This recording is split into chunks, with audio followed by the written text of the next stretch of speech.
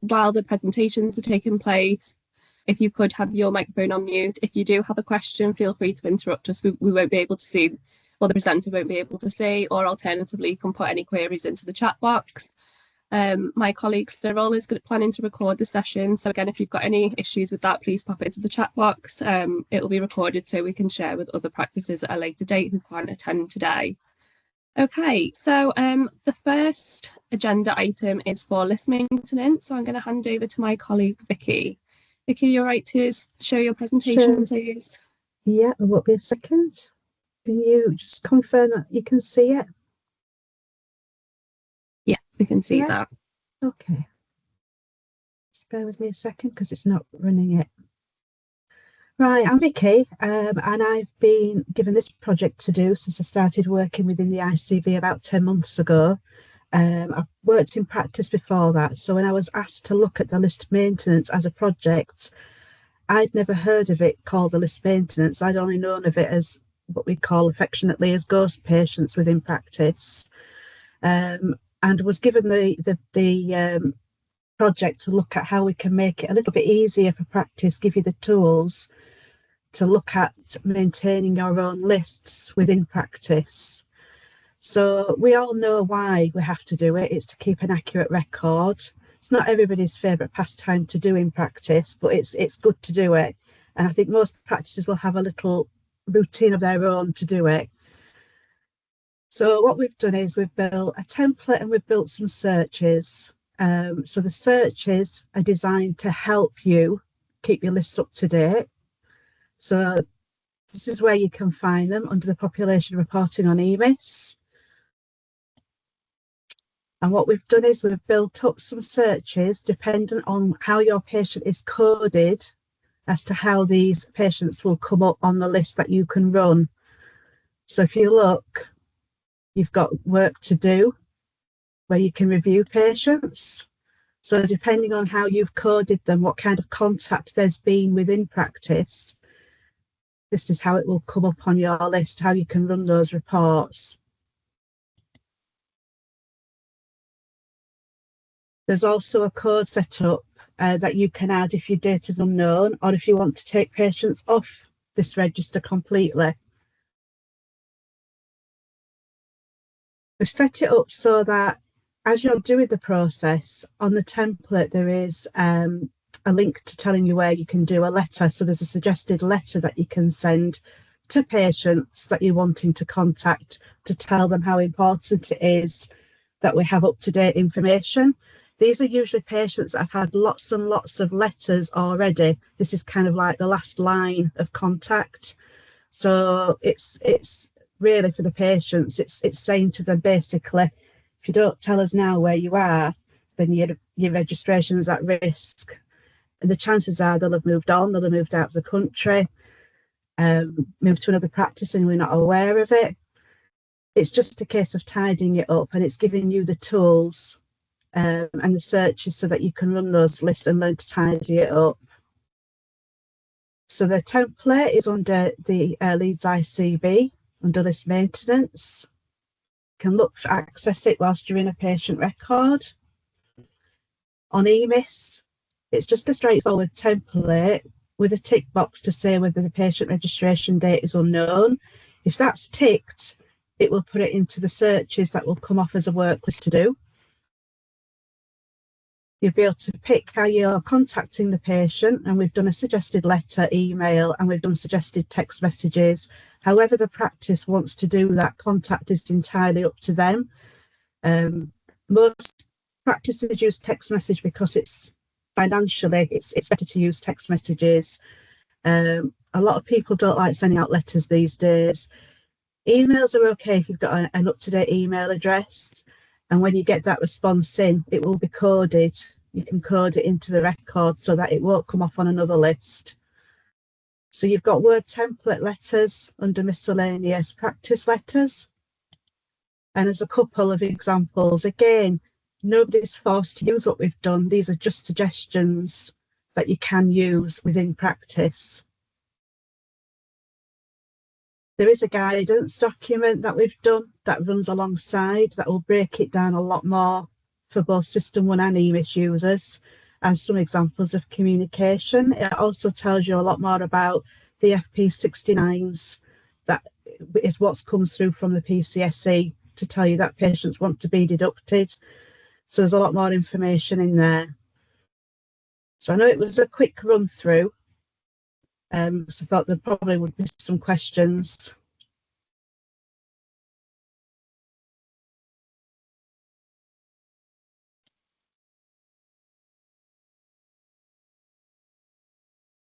Stop sharing. Lovely, that was really helpful and useful. Thanks for going through that, Vicky. Does anybody have any questions for Vicky about this new process and the reports and templates available?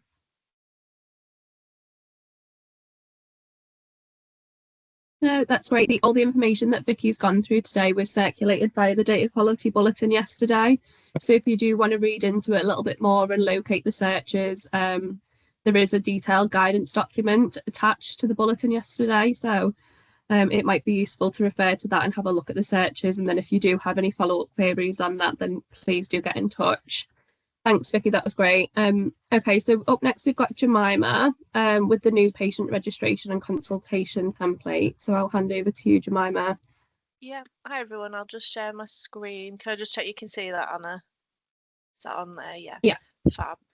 Okay, so myself and my colleague Kathy from the data quality team have been working to update the new patient registration template. It's not available just yet. So the reason for sort of showcasing it is to sort of ask for feedback really, you know, in terms of how you'd use it, if you think there's anything missing or you think there's something, you know, that just doesn't need to be in there, etc. So I'll just give you a quick run through and then if anyone's got any feedback, that would be great. So as you can see, we've got the home page here with a bit of information on the regulations on registration and some key codes such as notes summary on computer, ID verified, you know, what's happened with the paper records, etc. We then moved to some background details with some information on, you know, how you can find where on EMIS where to add or amend personal contact and registration details, you know, sort of like your nominated GP, your personal contact details like your emails, numbers, etc. We've also got some non-coded stuff here like your name and address of previous GP surgery, which can be quite useful to have on the record, and importantly as well next of kin. And then also to find, you know, any security control processes, that would be a new workflow manager. Then we have further details, which digs more into the patient's sort of care history, you know, patients under 12 months, the mother's address, you know, under 18, if they're a bit looked after, what type of education they're in, how to record a primary or secondary school, things like do they need an interpreter and what sort of interpreter they need, you know, for which language. We've got some information on online services and restricting records, you know, how to find them within EMIS, within the patient record. We also have a carers section, you know, to know if the patient themselves is a carer or if they have a carer, and again, information on how to record relationships on carer relationships on EMIS. We've got some important information staring here, you know, if they've got consent for the summary care record upload, etc., and if they consent to text message services or email, and also how to record a patient's nominated pharmacy. We then move to some more of the sort of details around the health, but it's important to note that these conditions recording in the long-term conditions section aren't coded. These are things that should happen at the patient consultation, you know, the new patient check after you've registered them, which we will be working with some clinical staff to create a consultation template or update the old one shortly, given how this template is going to go.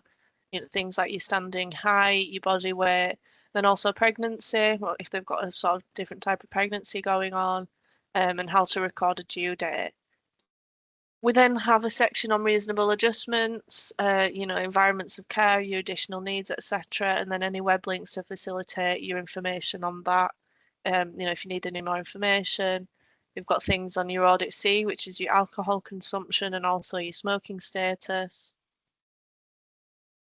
We then move to patient health part 2. Again, this is not coded. This is just sort of information the patient has provided, which will give the clinician who is doing the new patient check more information, you know, what to look out for in the appointment, what to ask them type thing.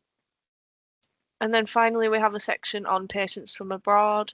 You know, if the patient's visiting the UK and doesn't normally live here, if they're a permanent resident, but from a European country, etc. There's codes as to whether these aren't coded, these are not coded as such, but they are whether the patient understands if they have to pay for treatment, etc. If they have specific forms, and also cards relating to the EHIC card information, and if you could put the information such as date of birth, the identification number, etc.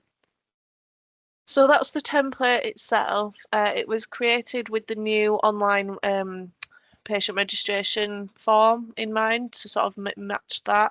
There are a few extra things we've added in, such as, you know, more adjustment sections and a bit more on alcohol. But the point of showing you, as I say, is for feedback, really. If anybody has any feedback, it'd be great to hear. Not necessarily if you can't think of anything now, it'd be great to get sort of any emails regarding this. But yeah, it would just be great to hear back on if there's anything missing, or, you know, if anything that's not needed, etc. So yeah, thank you.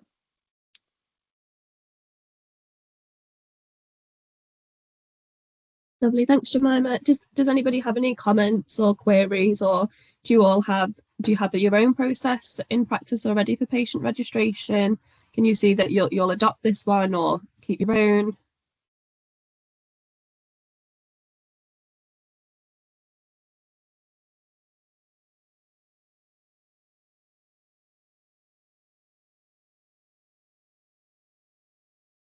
No, that's fine. Well, Jemima, I don't know whether do you want to pop your email address in the chat, and then if anybody's got any follow-up feedback or comments, then they can just get directly back in touch with you. Yep, no problem. Lovely. So the next on the agenda is proactive care. So I'll go through that with you now. So just bear with me while I share my screen.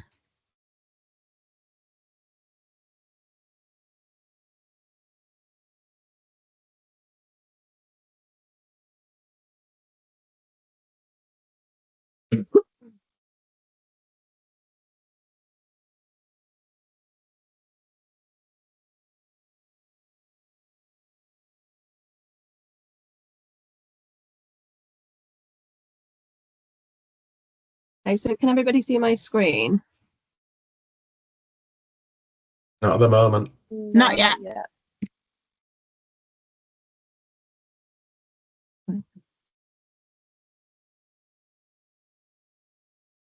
There we go. Yeah, we can see it now.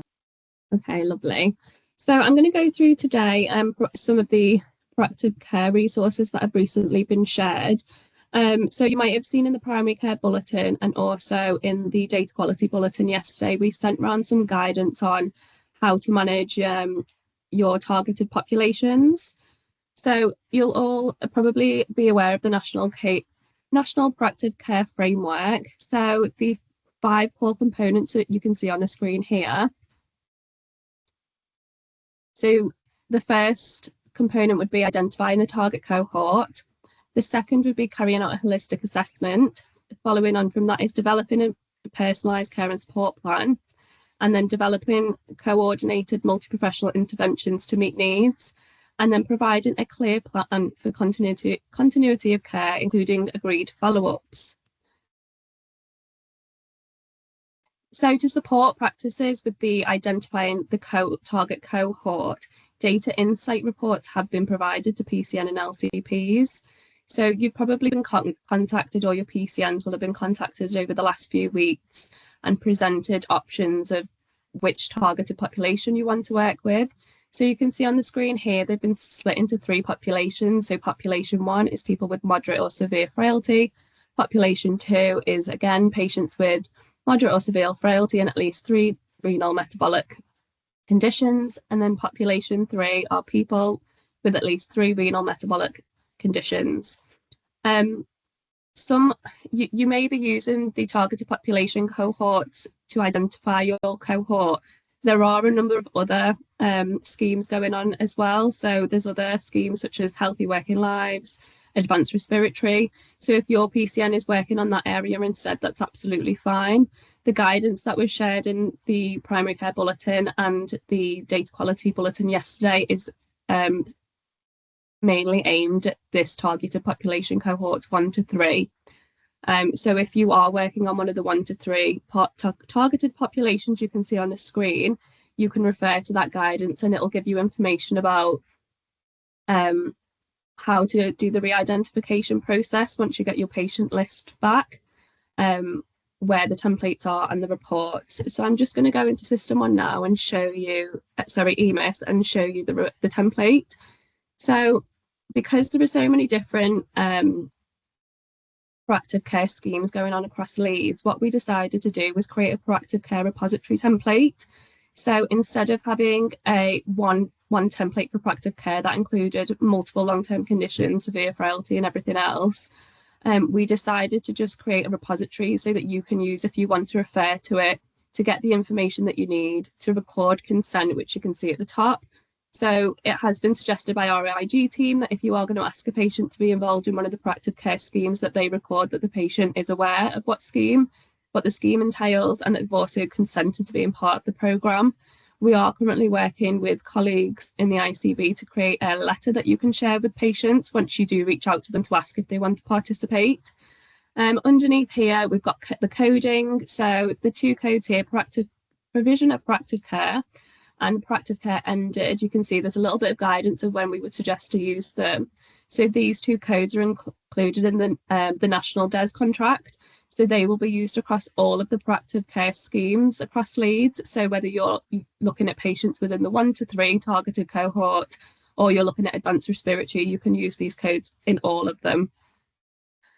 You can see underneath here for the targeted populations, we've just highlighted what you will need to do. So it just highlights what the populations are. And also when you do receive the patient list back for re-identification, we are asking practices to add in a re-identification code. This way you'll be able to have a report with an EMIS that you can clearly identify the patients that you've chosen to work with as part of the proactive care scheme. And at the bottom of the template here, you can see we've just got a bit of advice about if you are using a different, about the other schemes and what templates you should use and where you should go.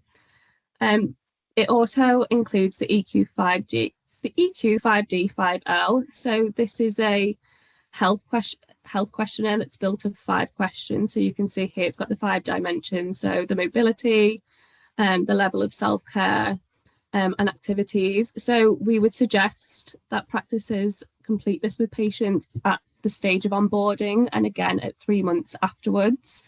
I believe the evaluation team are hoping to use this data to track to see whether there's been any improvement in the patient's health when they've been part of the scheme or the responses to these questions. So again, at the top, if you can record that the patient's happy to consent to share that data, that would be great, because then we can feed that back into the evaluation team. We did create a protocol as well if you wanted to use that with an EMIS, if you wanted a more interactive tool. So what you can do, you can add this to the F12, your launch button on the right hand side. And again, if you're not sure about what that is or how to add a protocol onto your F12, it's like a quick action button. And there is guidance there is information in the guidance document that was shared yesterday. Let me just show you this. So if you wanted to, you could add the proactive care repository protocol to your toolbar on the right hand side. I'll show you what that does. It essentially just launches the information and then it will bring up options. So you can record consent and record the proactive care codes. So that will just launch the template that I've just showed you previously. Or if you wanted to go into a specific template like advanced respiratory or EQ5D, you can click on here and there's lots of other options. So you can get to one of the targets. So for example, if you chose population 1, severe or moderately frail, you would select the frailty and care homes template. Or if you'd chosen somebody population 3, one of the multi-morbidity patients with 3 or more renal comorbidities, you could select one of the ICB long-term condition templates. Or you could do the EQ5D here and exit that. Okay. Alongside the templates, we've also created a couple of searches for you. So if you go into Leeds Data Quality, so they sit within Leeds ICB Central Reporting Unit 27491. If you go into Leeds Data Quality, and then if you go down to 2526 Proactive Care, In here, you can see there's a folder for EQ5D, so you can track and see how many EQ5Ds have been completed for patients within your practice. Underneath here, these are just the general DES codes, so you can see how many patients since the 1st of April have had a provision of proactive care code added, or who've had a provision of a proactive care ended code recorded. And then underneath, this is specific to the targeted populations group 1 to 3. So this is the identification code that I mentioned. So when you do identify patients within practice, once you add that code in, you'll be able to track how many of those patients have had the provision of proactive care started and how many have ended as well. So it's a useful way to be able to track the patients that you are including in the scheme that you've chosen to work on. Okay, lovely. Does anybody have any questions at all?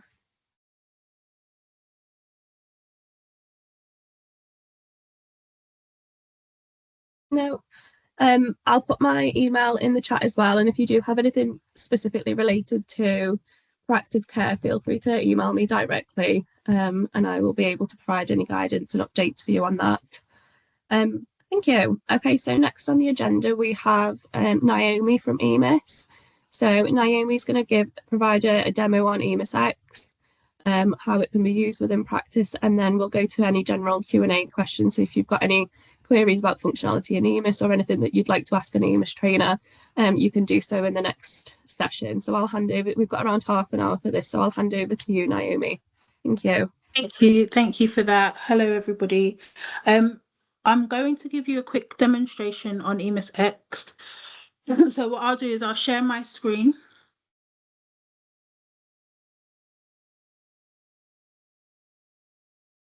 Can you see my screen?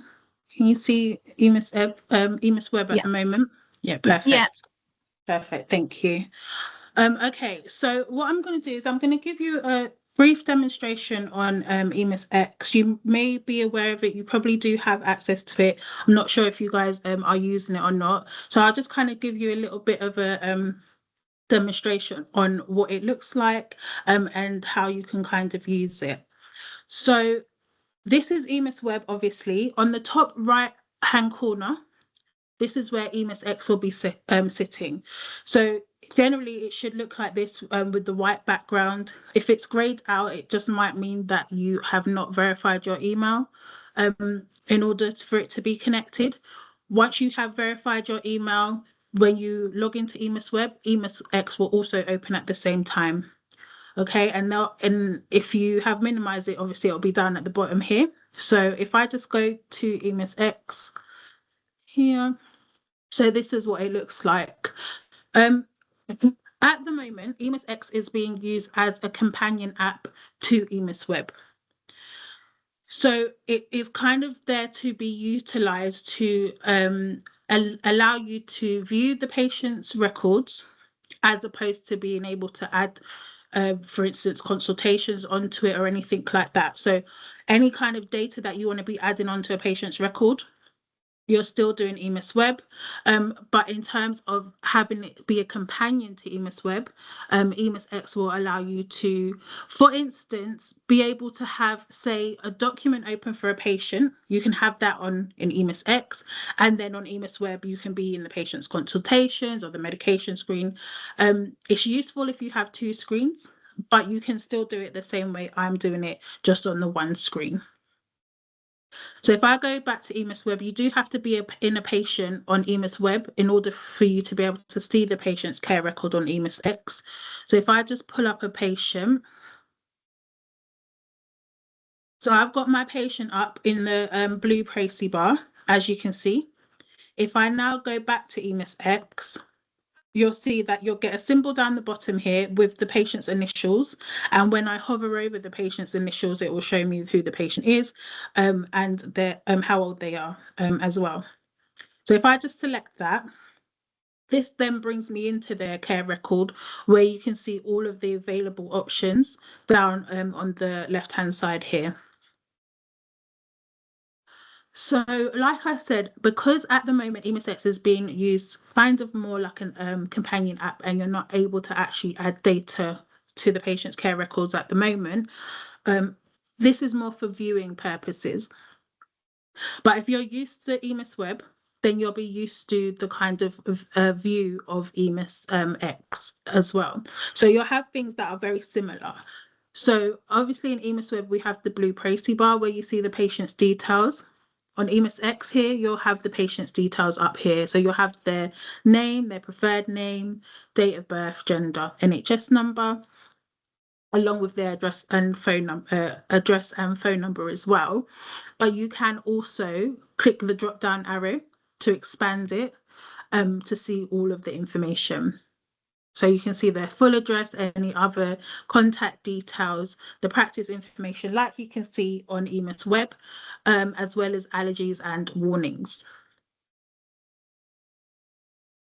So underneath that, you have the option to see all consultations that have been done for the patient.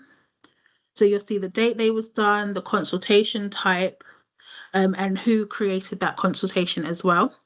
So as well as being able to see all consultations, you're also able to see my consultation. So if you've done any consultations for the patient, you'll be able to see your own consultations. Like I said, you can't at the moment add anything into, you can't add any data into EMIS X at the moment. But for instance, say you wanted to, or say you did, or somebody had added information to EMIS Web for this patient while you're in the patient. If you just select refresh, that will update the patient's record, so you can see any new information that has been added. So you do have a refresh button there. So that's what the consultation section looks like. As you can see as well, at the moment, shared data is not yet available on EMIS X. So at the moment, you still have to view that information in EMIS Web. But there is a warning here just to let you know that as well. So next on the list is the medication screen. So here again, similar breakdown. You've got the medication screen, you do have a refresh button on the far right hand side at the top here, as opposed to on EMIS Web, it's at the bottom. You'll be able to see their medication review date as well. You do have the option to review it here and remove the date. That's new, I believe, but that option is there. And then you'll be able to see what they're currently on. So repeat medication, you'll see what they're currently on. You'll see their current medication, and you will also see their past medication.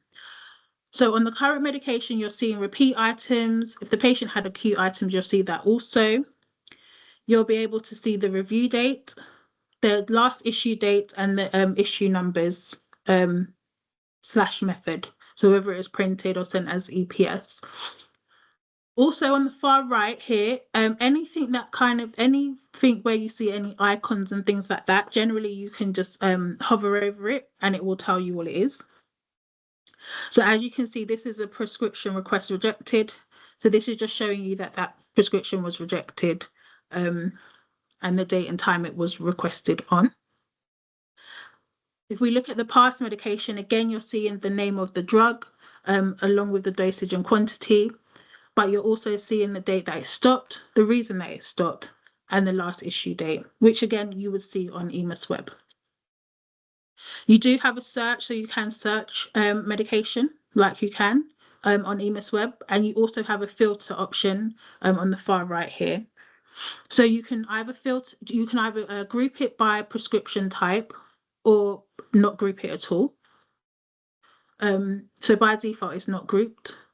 And for past items, and you can sort it by name or the last issue date. So that's for past, and then for current, similar, but by default, it will group it by the prescription type, but you cannot group it, or you can sort it by name and last issue date as well.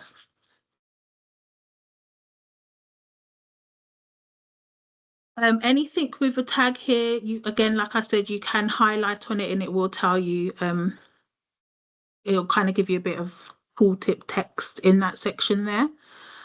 You can also select the medication. So anything that you hover over that kind of gets a line underneath it, you can select it and it will bring up on the right hand side any further details as well. The next section here is going to be the problem section. So here you are able to see, again, you have the refresh button and a search button. And again, you're able to see any problems, and it is broken up similar to how it is on EMIS Web. So you're seeing the active problems, you're seeing whether it's a minor or a significant problem, and then you're seeing past problems as well.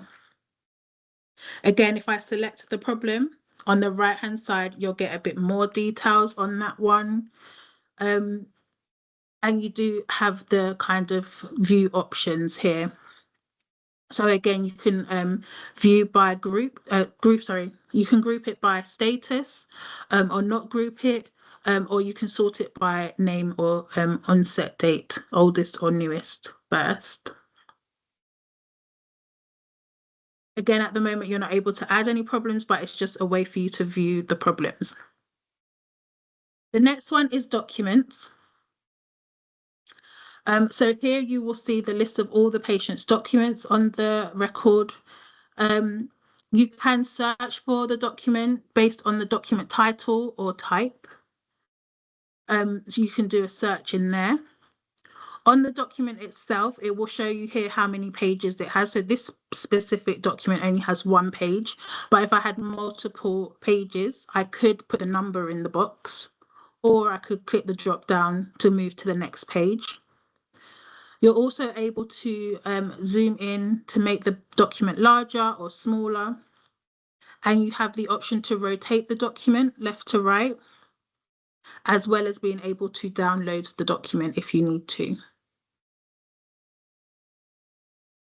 Like I said to start with, this is probably the one that you probably will be dependent on your role in your surgery, but the documents page is probably the one that you would want to use.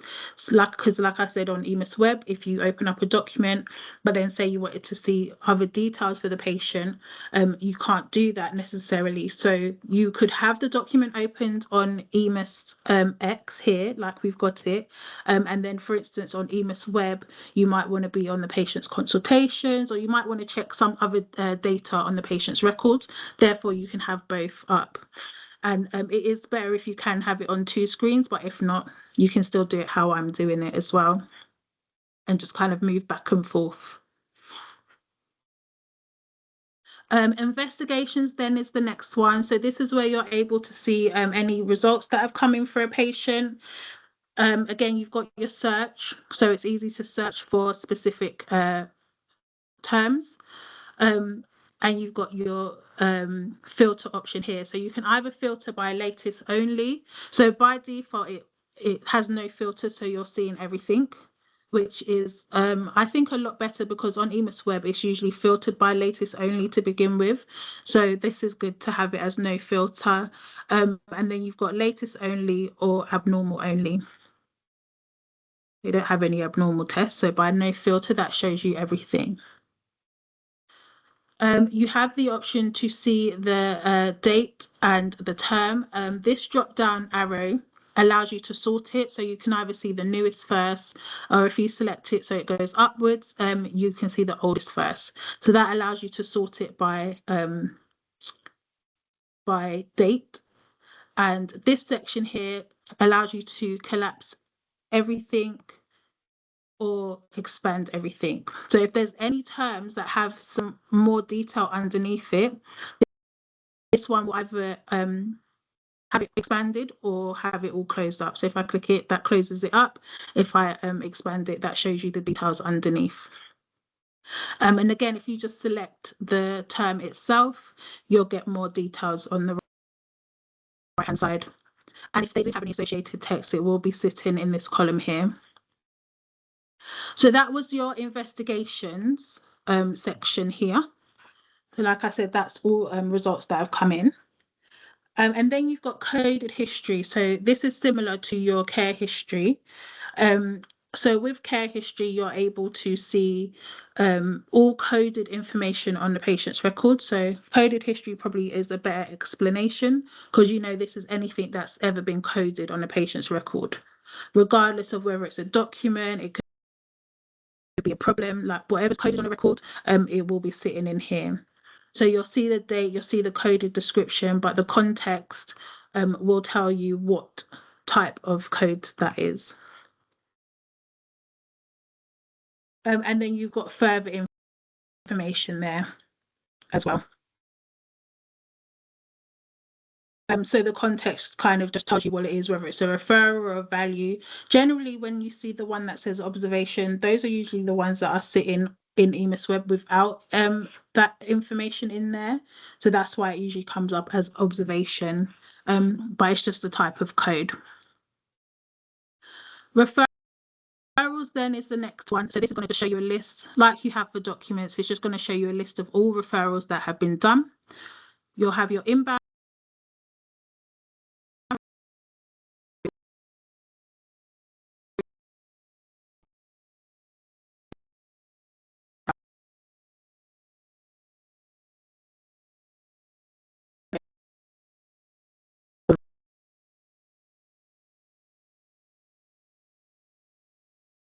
care record. That's all the information that you can see. So that will be how you're able to kind of view what's on the patient's record.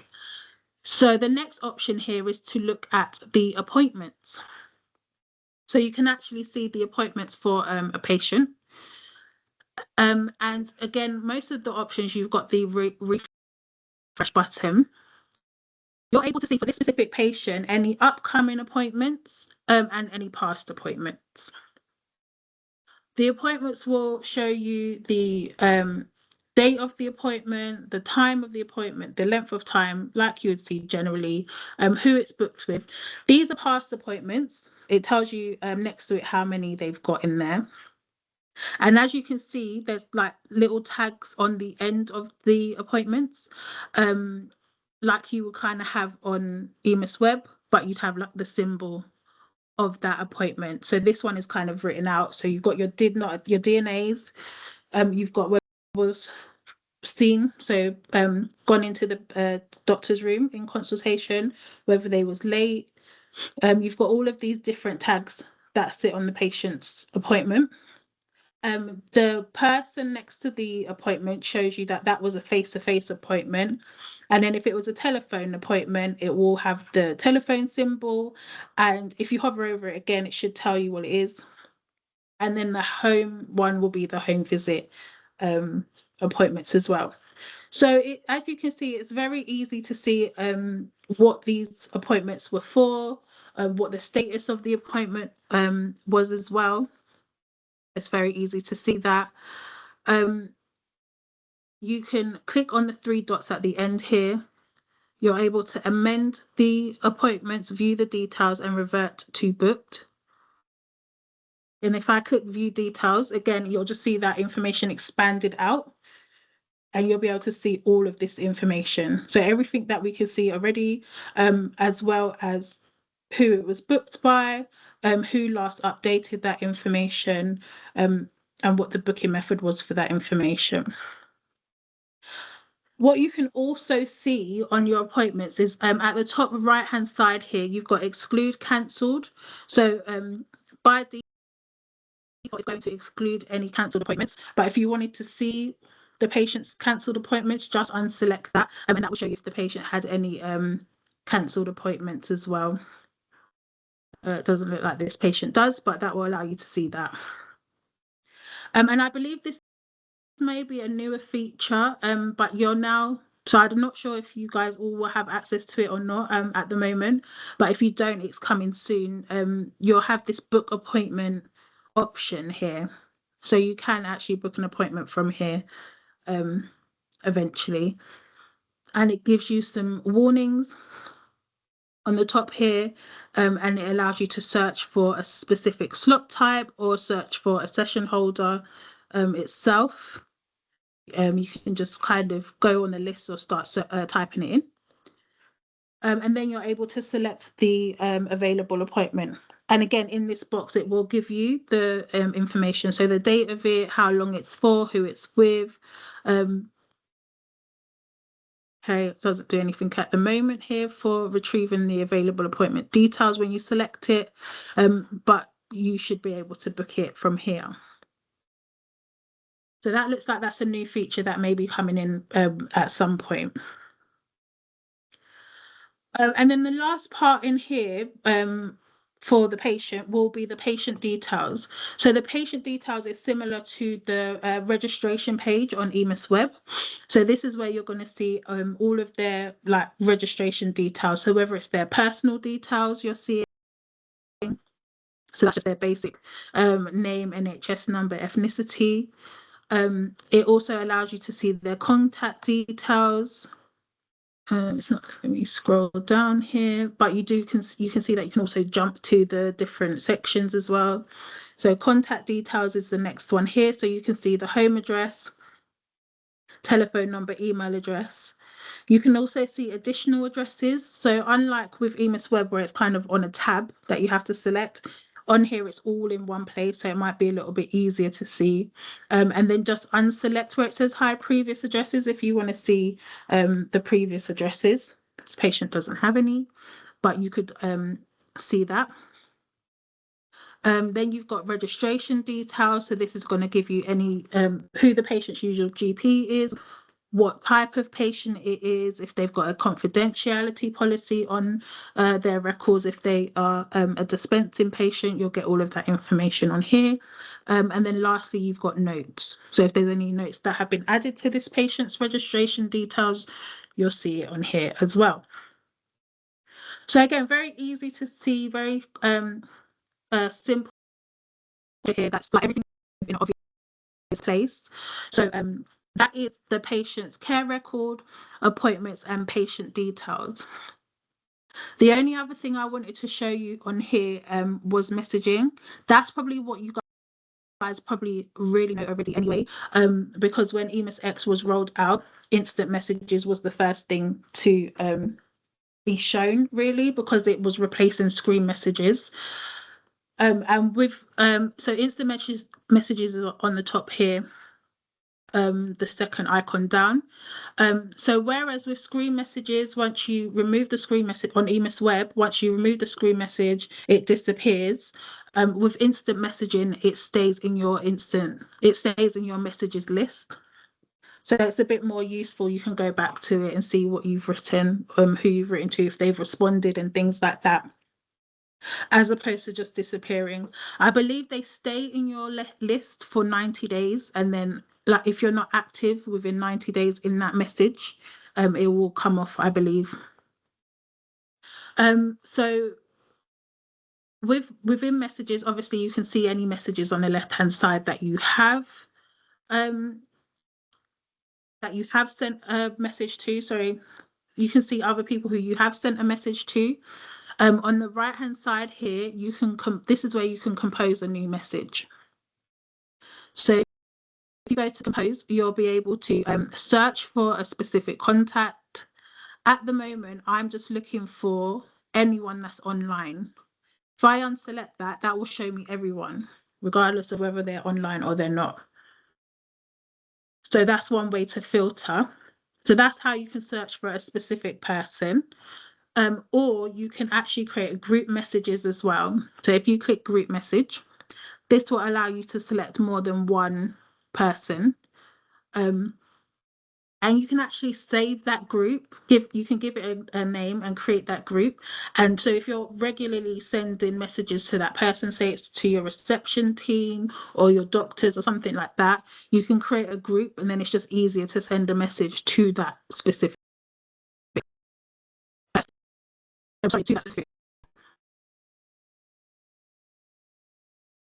And then if I just go back to the messages,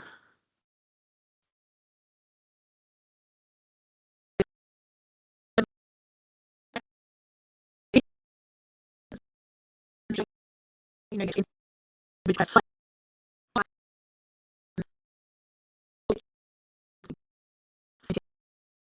showing you an actual group of people.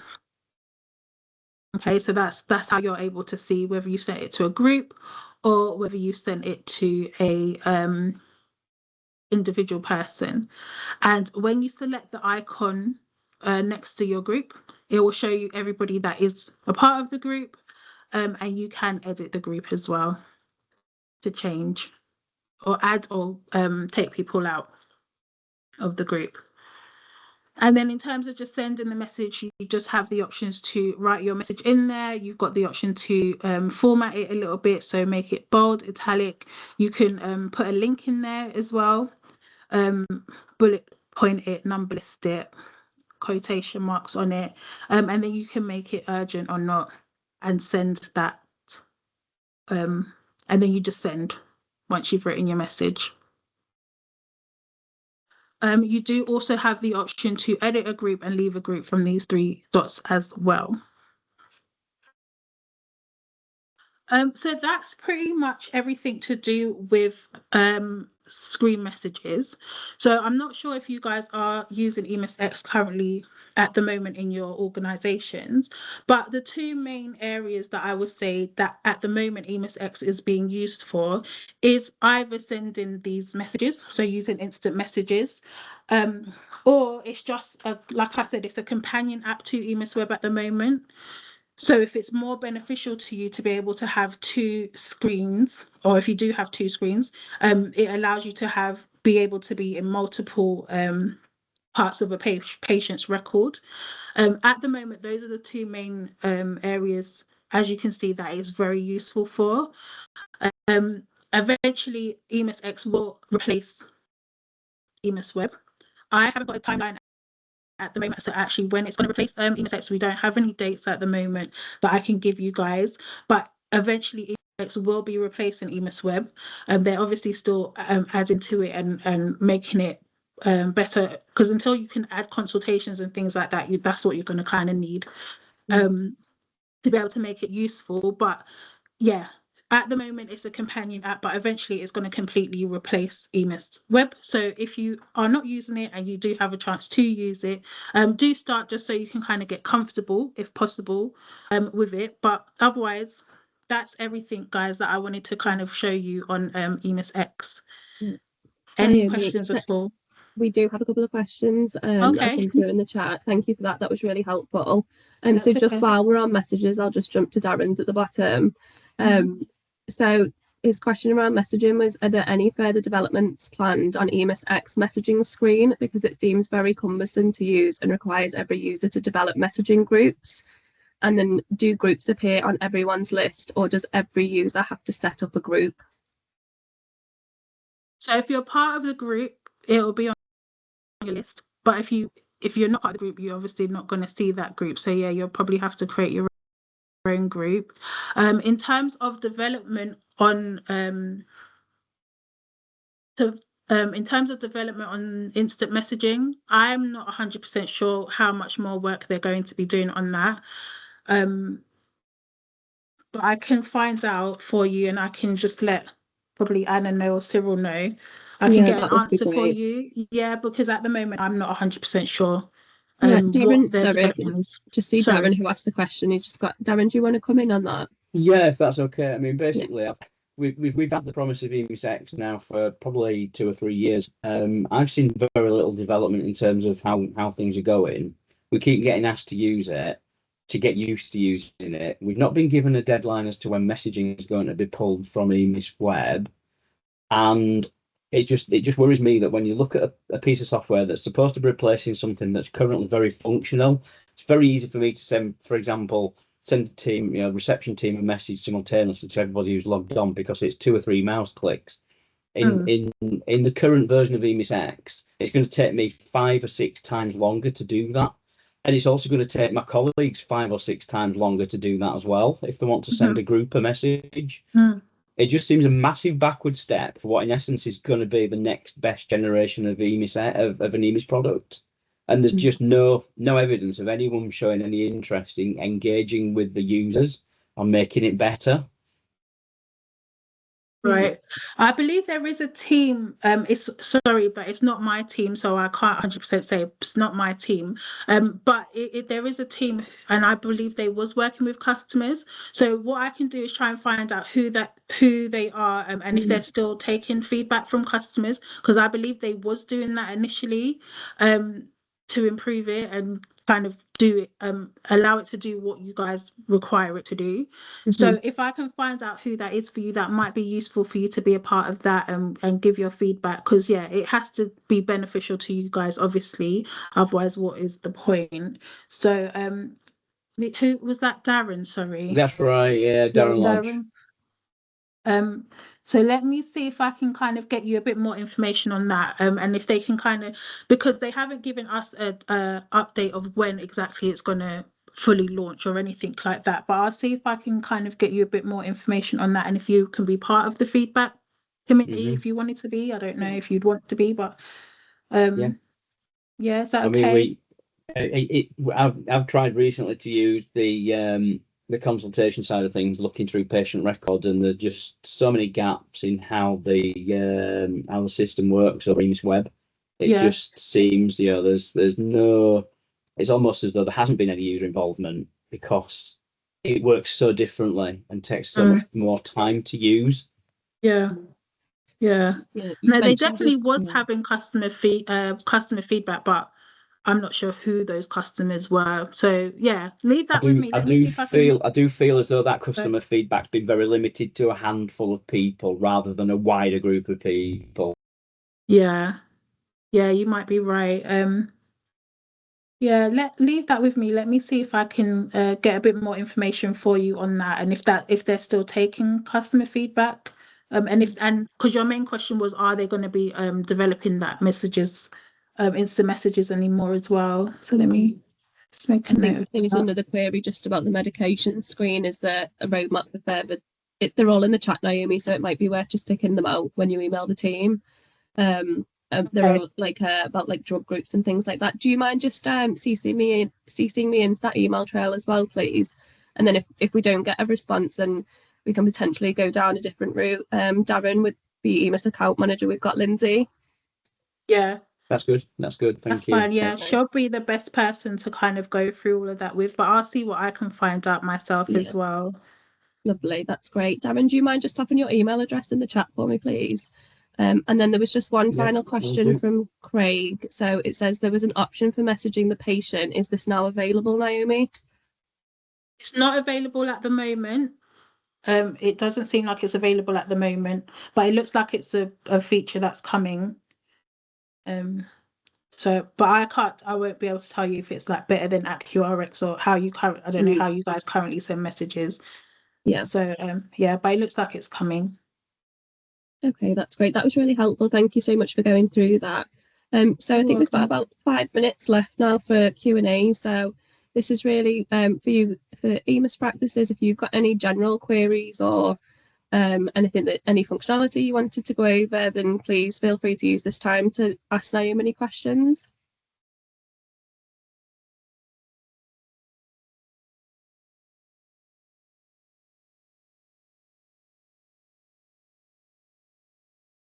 See if anything comes through in the chat. Darren? Yeah, I just have a question. I think on System 1, I think practices have recently been able to start using the integrated online registration stuff coming in from the new online registration service platform. Is that correct?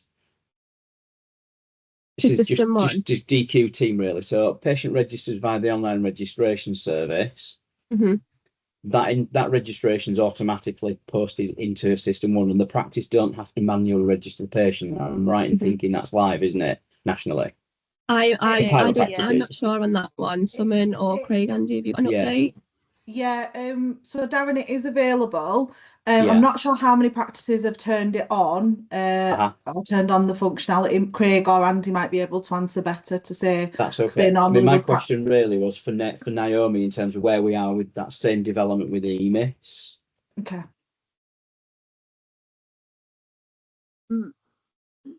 Not sure, to be honest. Least your account director will probably be the best person to ask that question to. But if you put that question in the chat as well, I'll see if I can get anyone else to answer. But yeah, your account director is the best person for these questions. Sorry. Right. Okay. All right. Thank you. We can pick that up. Darren, if you want to send myself and Anna any of the questions that you've got, around any functionality in EMIS, we can direct them then to the account manager for EMIS if Yeah, Naomi can't get that's answers cool. for us, Yeah, okay, and no see problem. if she can provide some answers or timescales for these Yeah, functionalities. okay. Fine, no problem, thank you. Right. Was there anything else? No, that's great. So we do have the joint session coming up next. So that's for both EMIS and System 1 practices. So just a quick update on what is on the agenda for that if you're planning to join. So there'll be a GBIT update, a section from IG. Jane will be there discussing the PQI. Kathy from our team is going through health inequalities. Then we've got a section on the data sharing agreements, so an update on